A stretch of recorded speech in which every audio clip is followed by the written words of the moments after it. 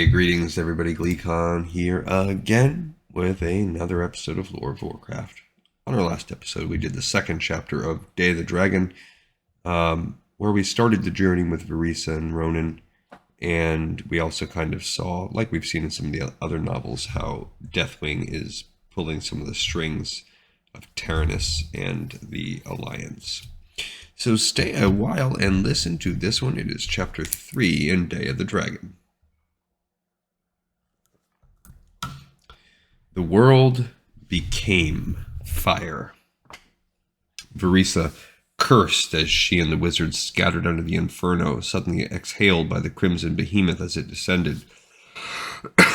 If Ronan had not delayed the start of their journey, this would have never happened. They would have arrived in Hasek by now, and she would have parted from his company.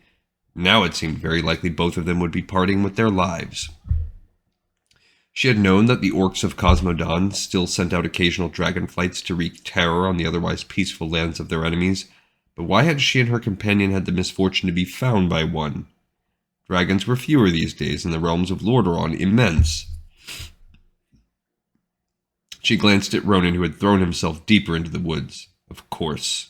Somehow it had to do with the fact that her companion was a wizard. Dragons had senses far above those of even elves. Some said they could, within limitations, even smell magic. Somehow this disastrous turn of events had to be the wizard's fault. The orc and his dragon had to have come for him. Ronan evidently thought something similar, for he hurried from her sight as quickly as he could, darting into the woods in the opposite direction from her. The ranger snorted. Wizards were never good in the front line. It was easy to attack someone from a distance or behind his back, but when they had to actually face a foe, of course it was a dragon. The dragon veered toward the vanishing human. Despite what she might personally think of him, Varisa did not want to see the spellcaster dead. Yet peering around, the silver-haired ranger saw no manner by which she could aid him. Her mount had been taken along with his, and with it had gone her favored bow. All that remained with her was her sword, hardly a weapon to be used against such a rampaging titan. Varisa looked around for something else she could use, but nothing suited. That left her with little choice. As a ranger, she could not let even the wizard fall to harm if she could help it. Varisa had to do the only thing she could think of in order to possibly save his life. The elf leapt up from her hiding place, waved her hands in the air, and shouted, "Here! Over here, spawn of a lizard! Here!" However, the dragon did not hear her. Varisa had finally managed to identify it as a male, attention on the burning woods below him. Somewhere in that inferno, Ronan struggled to survive. The dragon sought to make certain that he did not. Cursing, the elven warrior looked around and found a heavy rock. For a human, what she sought to do would have been nigh unto impossible, but for her it still remained in the realm of probability.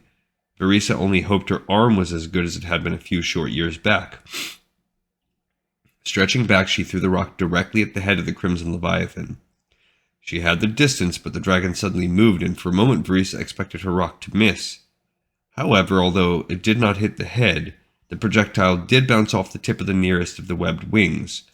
Varisa did not even expect to injure the beast, a mere rock against hard dragon scale, a laughable weapon, but what she had hoped for was to attract the behemoth's attention. And so she did. The massive head immediately swerved her way, the dragon roaring in annoyance at this interruption. The orc shouted something unintelligible at his mount. The great winged form abruptly banked, steering toward her. She had succeeded in taking his attention from the hapless mage. And now what? The ranger chided herself. The elf turned and ran, already knowing she had no chance of outright pacing her monstrous pursuer. The treetops above her burst into flames as the dragon coated the landscape. Burning foliage dropped before her, cutting off Varisa's intended route. Without hesitation, the ranger shifted to the left, diving among trees that had not yet become a part of the inferno. "You're going to die," she informed herself. "All for that useless wizard." An ear-splitting roar made her look over her shoulder. The red dragon had reached her, and even now one taloned paw stretched down to seize the fleeing ranger. Varisa imagined that paw crushing her, or worse fate, dragging her into the behemoth's horrific maw, where she would be chewed up or swallowed whole. Yet just as death came within inches of her, the dragon suddenly pulled back his claws and began squirming in midair. The claws raked against his own torso.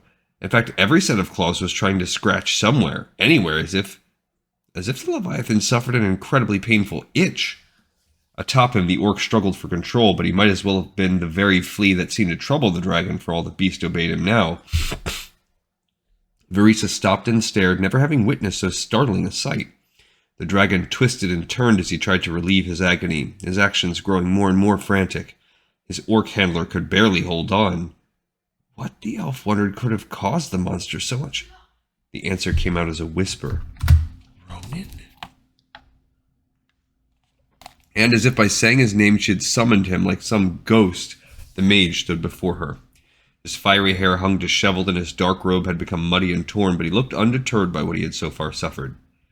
I think it'd be better if we left while we could, eh, elf? She did not need him to offer again. This time, Ronan led the way, using some skill, some magical ability to guide them through the blazing forest. As a ranger, Verisa could not have done better herself. Ronan led her along paths the elf could not even see until they were upon them. All the while the dragon soared overhead, tearing at its hide.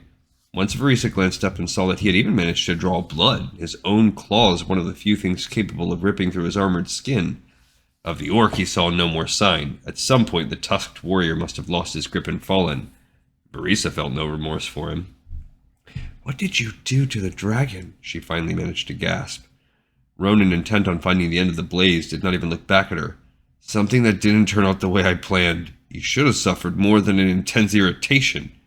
He actually sounded annoyed with himself, but the ranger for once found herself impressed by him. He had turned certain death into possible safety, provided they found their way out. Behind them, the dragon roared his frustration at the world. How long will it last?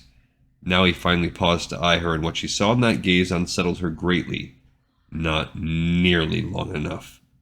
They redoubled their efforts. Fire surrounded them wherever they turned, but at last they reached its very edge, racing past the flames and out into a region where only deadly smoke assailed them.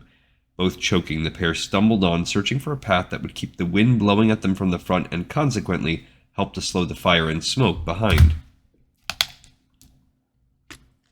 And then another roar shook them, for it did not speak of agony, but rather fury and revenge. Wizard and ranger turned about, glanced at the crimson form in the distance. The spell's worn off, Ronan muttered unnecessarily. It had indeed worn off, and Verisa could see that the dragon knew exactly who had been responsible for his pain. With an almost unerring aim, the dragon pushed toward them with its massive leathery wings, clearly intent on making them pay. Do you have another spell for this? Verisa called as they ran. Perhaps, but I'd rather not use it here. It could take us with it. As if the dragon would not do that anyway, the elf hoped that Ronan would see his way to unleashing this deadly spell before they both ended up as fare for the behemoth. How far? The wizard had to catch his breath. How far to Hasek? Too far. Any other settlement between here and there? She tried to think. One place came to mind, but she could not recall either its name or its purpose, only that it lay about a day's journey from here. There's something, but... The dragon's roar shook them both again. A shadow passed overhead.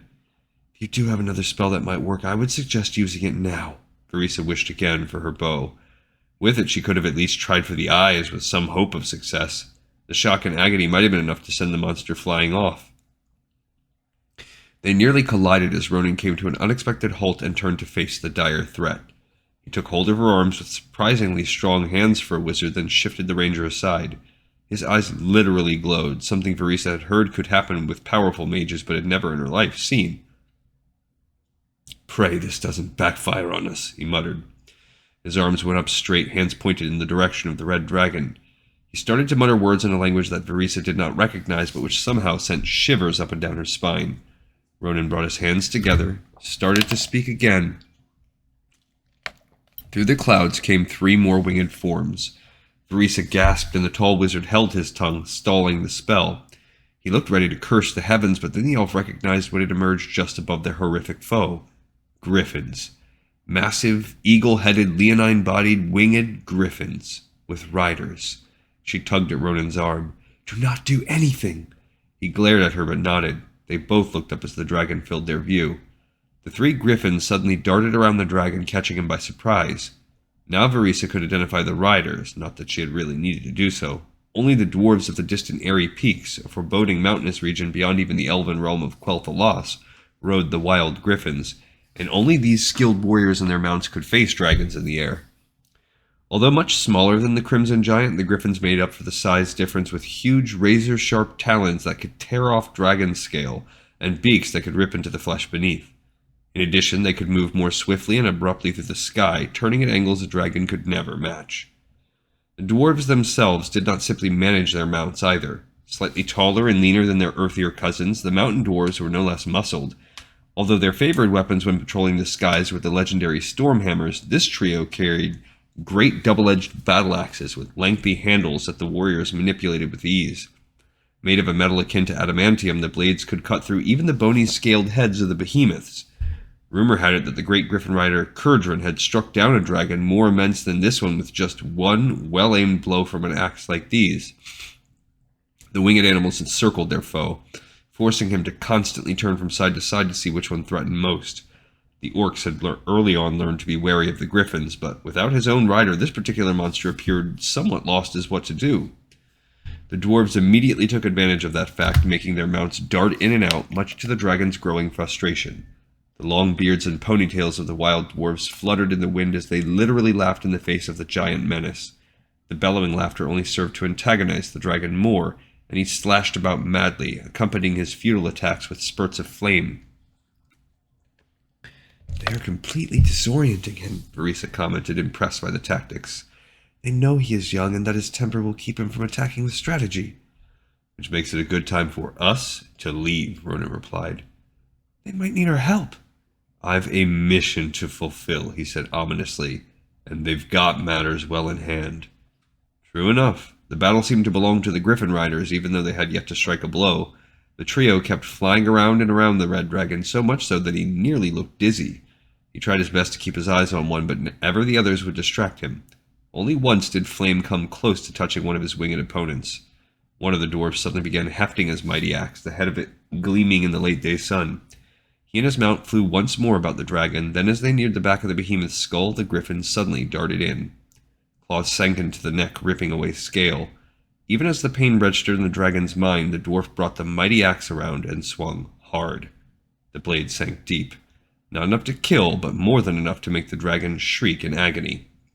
Out of sheer reflex, he turned. His wing caught the dwarf and the griffin by surprise, sending them spiraling out of control. The rider managed to hold on, but his axe flew out of his grip, falling earthward. Verisa instinctively started in the direction of the weapon, but Ronan blocked her path with his arm. "I said that we need to leave!" She would have argued, but one more glance at the combatants revealed that the ranger could be of no use. The wounded dragon had flown higher into the air, still harassed by the griffin riders. Even with the axe, all Verisa could have done was wave it futilely. "All right," the elf finally muttered. Together, they hurried from the struggle, relying now on Verisa's knowledge of where their ultimate destination lay.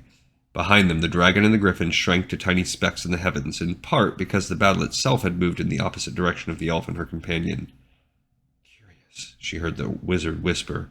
"What is?" He started. "Those ears aren't just for show, then, are they?" Verisa bristled at the insult, even though she had heard far worse. Humans and dwarves, quite jealous of the natural superiority of the elven race, often chose the long, tapering ears as the focus of their ridicule. At times, her ears have been compared to those of donkeys, swine, and worst of all, goblins. While Verisa had never drawn a weapon on anyone because of such comments, more often than not she had still left them much regretting their choice of words. The emerald eyes of the mage narrowed. "I'm sorry. You took that as an insult. Didn't mean it that way." She doubted the veracity of his statement, but knew she had to accept his weak attempt at an apology. Forcing down her anger, she asked again, "What do you find so curious?" "That this dragon should appear in so timely a fashion." "If you think like that, you might as well ask where the griffins came from. After all, they chased it off." He shook his head. Someone saw him and reported the situation. The riders merely did their duties, he considered. I know Dragonwall clans is supposed to be desperate, supposed to be trying to rally both the other rebel clans and the ones in the enclaves, but this wouldn't be the way to go about it. Who can say what an orc thinks? This was clearly a random marauder. This was not the first such attack in the Alliance, human. No, but I wonder if... Ronan got no further, for suddenly they both became aware of movement in the forest, movement from every direction. With practiced ease, the ranger slid her blade free from its sheath. Beside her, Ronan's hands disappeared into the deep folds of his wizard's robes, no doubt in preparation for a spell. Verisa said nothing, but she wondered how much aid he would be in close combat. Better he stand back and let her take on the first attackers. Too late. 6 massive figures on horseback suddenly broke through the woods surrounding them. Even in the dimming sunlight, their silver armor gleamed sharp. The elf found a lance pointing at her chest. Ronan not only had one touching his breast, but another between his shoulder blades. Helmed visors with a leonine head for a crest hid the features of their captors. As a ranger, Verisa wondered how anyone could move in such suits, let alone wage war, but the 6 maneuvered in the saddle as if completely unencumbered. Their huge gray war horses, also armored on top, seemed unperturbed by the extra weight foisted upon them. The newcomers carried no banner, and the only sign of their identities appeared to be the image of a stylized hand reaching to the heavens embossed on the breastplate. Verisa thought she knew who they were from this alone, but did not relax. The last time the elf had met such men, they had worn different armor, with horns atop the helm, and the lettered symbol of Lordaeron on both their breastplate and shield. And then a 7th rider slowly emerged from the forest, this one in the more traditional armor that Verisa had first been expecting. Within the shadowy visorless helm, she could see a strong and, for a human, older and wiser face with a trim graying beard. The symbols of both Lordaeron and his own religious order marked not only his shield and breastplate, but also his helm. A silver lion's head buckle linked together the belt in which hung one of the mighty pointed warhammers used by such as him. "An elf," he murmured as he inspected her. "Your strong arm is welcome." The apparent leader then eyed Ronan, finally commenting with open disdain, "And a damned soul. Keep your hands where we can see them, and we won't be tempted to cut them off." As Ronan clearly fought to keep his fury down, Verisa found herself caught between relief and uncertainty. They had been captured by paladins of Lordaeron, the fabled Knights of the Silver Hand. The two met in a place of shadow, a place reachable only by a few, even among their own kind. It was a place where dreams of the past played over and over, murky forms moving about in the fog of the mind's history. Not even the two who met here knew how much of this realm existed in reality, and how much of it existed only in their thoughts, but they knew that here no one would be able to eavesdrop, supposedly. Both were tall and slim, their faces covered by cowls. One could be identified as the wizard Ronan knew as Krasis.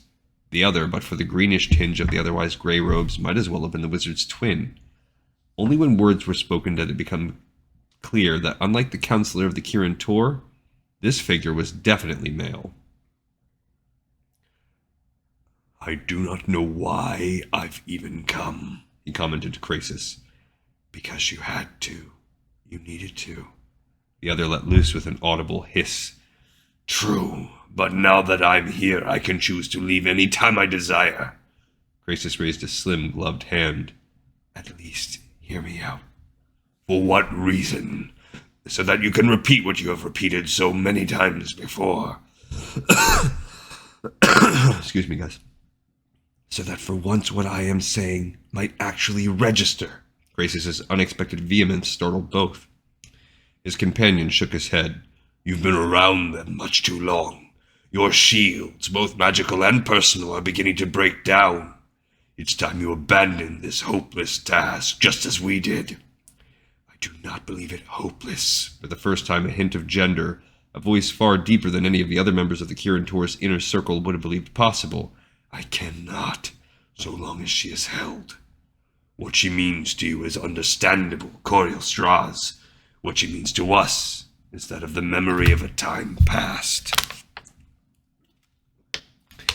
"If that time is past, then why do you and yours still stand your posts?" Krasis calmly retorted, his emotions once more under control. "Because we would see our final years calm ones, peaceful ones. All the more reason to join with me in this." Again the other hissed. "Coriel Straz, will you never give in to the inevitable? Your plan does not surprise us who know you so well. We've seen your little puppet on his fruitless quest. Do you think he can possibly accomplish his task?" Gracious paused for a moment before replying. "He has the potential, but he is not all I have. No, I think he will fail. In doing so, however, I hope that his sacrifice will aid in my final success. And if you would join me, that success would be more likely. I was right. Krasus's companion sounded immensely disappointed. The same rhetoric, the same pleading. I only came because of the alliance once strong between our two factions. But clearly I should not have even bothered because of that. You are without backing, without force. There is only you now, and you must hide in the shadows. He gestured at the mist surrounding them. In places such as this, rather than show your true nature. I do what I must. What is it that you do anymore? An edge once more arose in Krasus's voice. What purpose do you exist for, my old friend? The other figure started at this penetrating question, then abruptly turned away. He took a few steps toward the embracing mists, then paused and looked back at the wizard. Krasus's companion sounded resigned. I wish you the very best on this, Corielstrasz. I really do. We just don't believe that there can be any return to the past. Those days are done, and we with them. That is your choice, then. They almost parted company, but Krasus suddenly called out. One request, though, before you return to the others. And what is that? The mage's entire form seemed to darken, and a hiss escaped him. Do not ever call me by that name again. Ever. It must not be spoken, even here. No one could possibly, even here. Something in Krasus's tone made his companion nod. The second figure then hurriedly departed, vanishing into the emptiness. The wizard stared at the place where the other had stood, thinking of the repercussions of this futile conversation. If only they could have seen sense. Together they had hope. Divided they could do little, and that would play into their foes' hands. Fools, Krasus muttered. Abysmal fools. I wonder who that is. I wonder if it's like one of the green dragonflight, because they are allied with the red, and that guy had a green tinted robes, so maybe he's like the consort of Ysera. Something. I don't know. All right, we got another episode in the pipe, 5x5. I thank everybody so much for listening, and I look forward to seeing you next time on Lore of Warcraft.